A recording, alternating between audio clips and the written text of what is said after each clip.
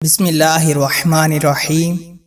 ملک شام میں جس جگہ حضرت موسیٰ علیہ السلام کا خیمہ گاڑا گیا تھا، ٹھیک اسی جگہ حضرت داؤد علیہ السلام نے بیت المقدس کی بنیاد رکھی، مگر عمارت پوری ہونے سے قبل ہی حضرت داؤد علیہ السلام کی وفات کا وقت آن پہنچا اور آپ نے اپنے فرزند حضرت سلیمان علیہ السلام کو اس عمارت کی تکمیل کی وصیت فرمائی۔ چنانچہ حضرت سلیمان علیہ السلام نے جنوں کی ایک جماعت کو اس کام پر لگایا اور عمارت کی تعمیر ہوتی رہی، یہاں تک کہ آپ کی وفات کا وقت بھی قریب آ گیا اور عمارت مکمل نہ ہو سکی۔ تو آپ نے یہ دعا مانگی کہ الہی میری موت جنوں کی جماعت پر ظاہر نہ ہونے پائے، تاکہ وہ برابر عمارت کی تکمیل میں مصروف عمل رہیں اور ان سبوں کو جو علم غیب کا دعویٰ ہے وہ بھی باطل ٹھہر جائے۔ یہ دعا مانگ کر آپ محراب میں داخل ہو گئے اور اپنی عادت کے مطابق اپنی لاٹھی ٹیک کر عبادت میں کھڑے ہو گئے اور اسی حالت میں آپ کی وفات ہو گئی۔ مگر جن مزدور یہ سمجھ کر کہ آپ زندہ کھڑے ہوئے ہیں برابر کام میں مصروف رہے اور عرصہ دراز تک آپ کا اسی حالت میں رہنا جنوں کے گروہ کے لیے کچھ باعث حیرت اس لیے نہیں ہوا کہ وہ بارہا دیکھ چکے تھے کہ آپ ایک ماہ بلکہ کبھی کبھی دو ماہ برابر عبادت میں کھڑے رہا کرتے ہیں۔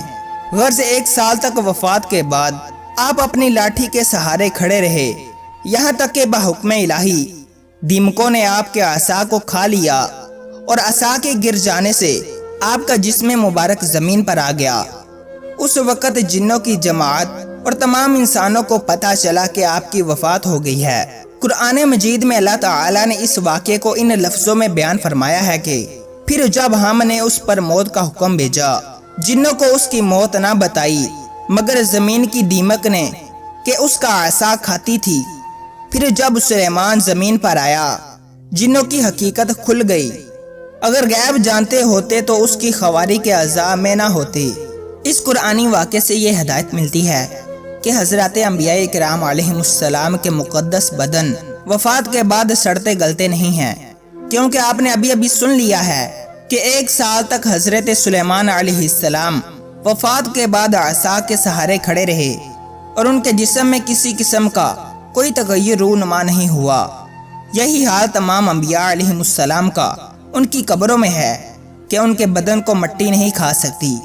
چنانچہ حدیث شریف میں ہے، جس کو ابن ماجہ نے روایت کیا ہے، بے شک اللہ نے زمین پر حرام فرما دیا کہ وہ انبیاء کے جسموں کو کھائے، لہٰذا اللہ کے نبی زندہ ہیں اور ان کو روزی دی جاتی ہے۔